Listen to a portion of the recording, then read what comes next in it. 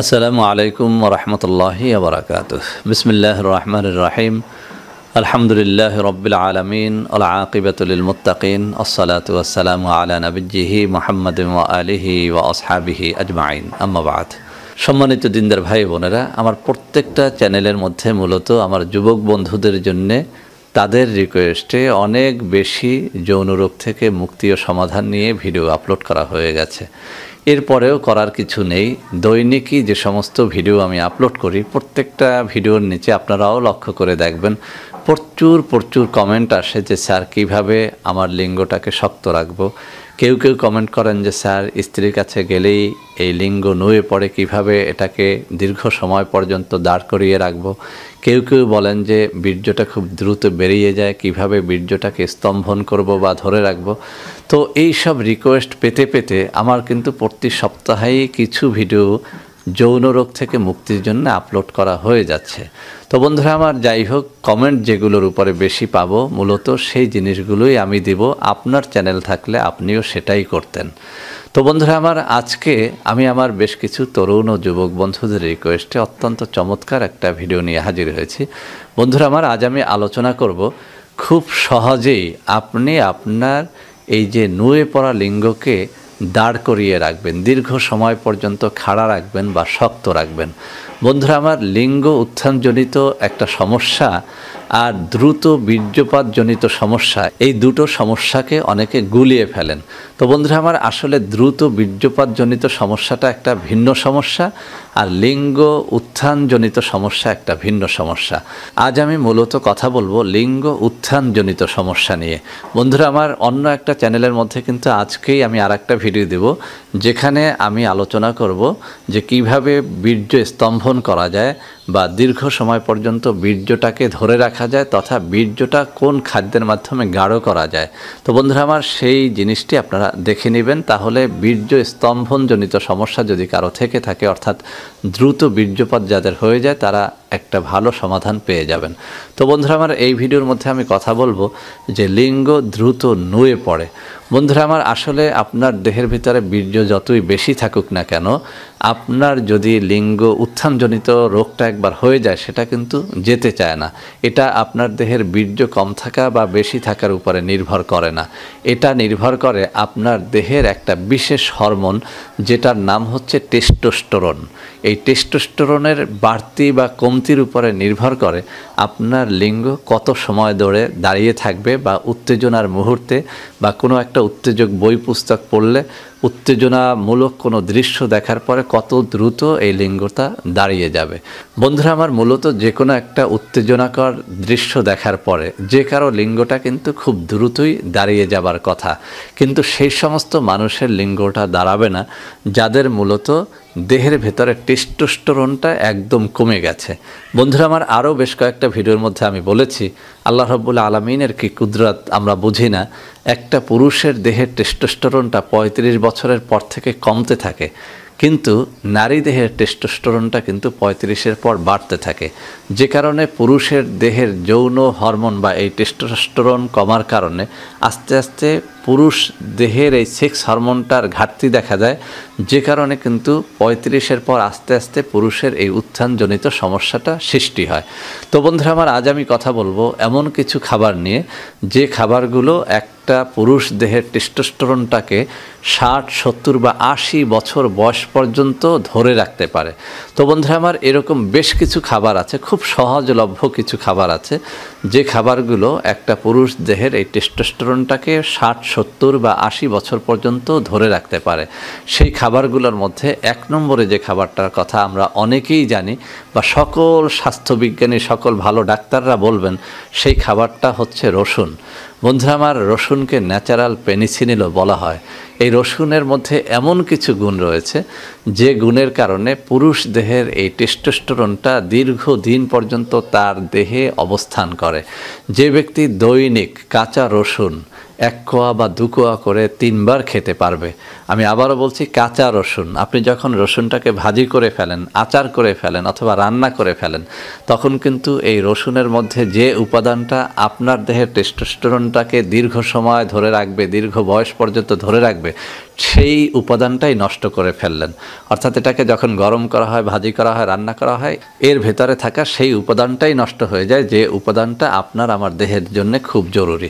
তো বন্ধুরা আমার, কাঁচা রসুন যদি আপনি খেতে পারেন দৈনিক 1 কোয়া অথবা 2 কোয়া করে 3 বার।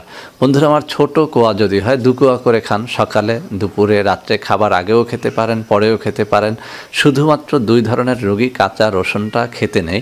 একটা হচ্ছে যাদের পিত্তে সমস্যা, অর্থাৎ যাদের পায়খানার কালারটা অত্যন্ত বেশি হলুদ বর্ণের হয়ে থাকে, আপনি ধরে নিতে পারেন যে আপনার পিত্তে গোলমাল থাকতে পারে।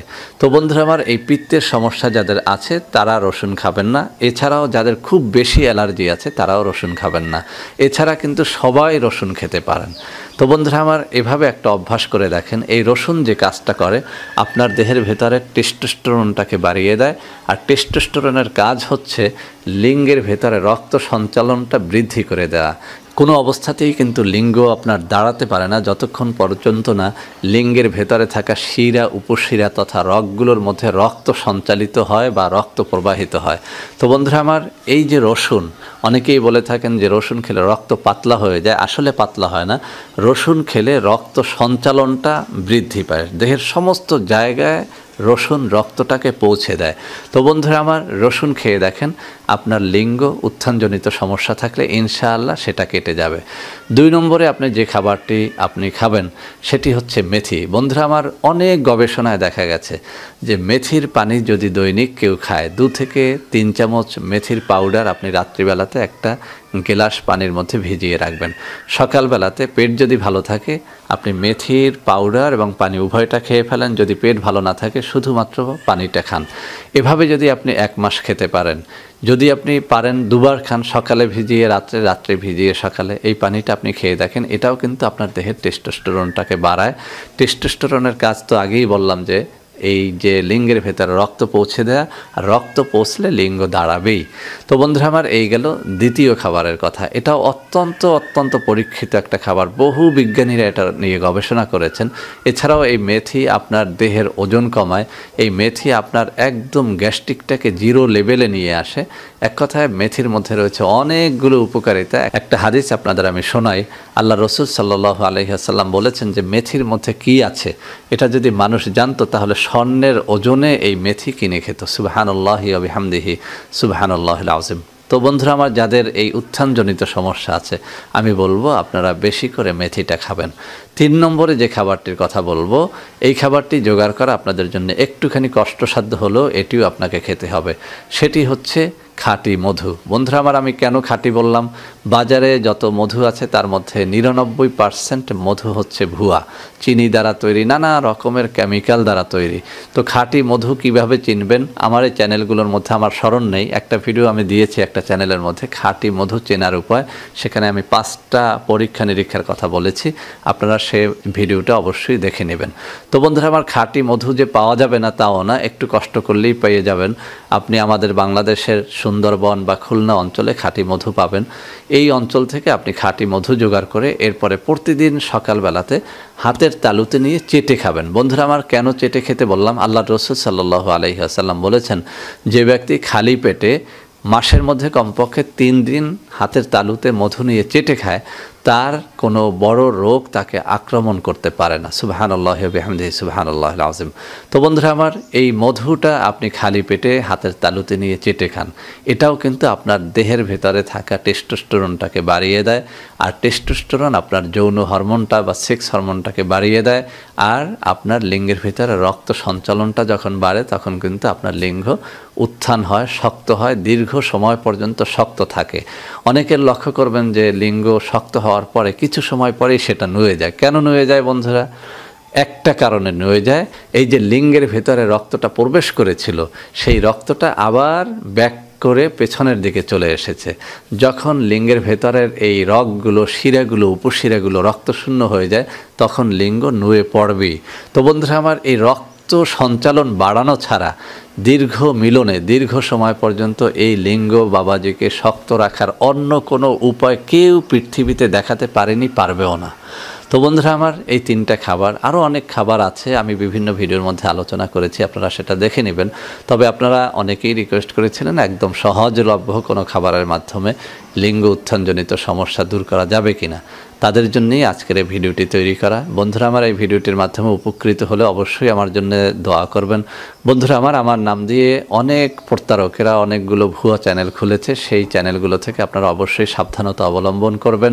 বন্ধুরা আমার, আজকের ভিডিওটি ভালো লাগলে লাইক করবেন, কমেন্ট করবেন, শেয়ার করবেন, আমাদের চ্যানেলগুলোকে ভালোবেসে সাবস্ক্রাইব করবেন। বন্ধুরা আমার, আপনাদের মধ্যে অনেকেই আমাদের প্রোডাক্ট ক্রয় করতে গিয়ে প্রতারিত হচ্ছেন। সেজন্য এখন কিছু নম্বর আমি মুখে পড়ে শোনাবো। এই সব নম্বরে প্রোডাক্ট অর্ডার করলে আপনারা ইনশাআল্লাহ প্রতারিত হবেন না। 01335096001, 01335096002, 01335096003, 01335096004, 01335096005, 01335096006। এছাড়াও বন্ধুরা আমাদের একটা হটলাইন নম্বর রয়েছে, এই নম্বরটি 24 ঘন্টা আপনারা খোলা পাবেন, 09647450450। বন্ধুরা আমার, এছাড়াও সারা বাংলাদেশের সবকটা অফিসের নম্বর এখন আমি হাতে তুলে ধরে দেখিয়ে দিচ্ছি। এই সব নম্বরে আপনারা প্রোডাক্ট অর্ডার করলে প্রতারিত হবেন না ইনশাআল্লাহ।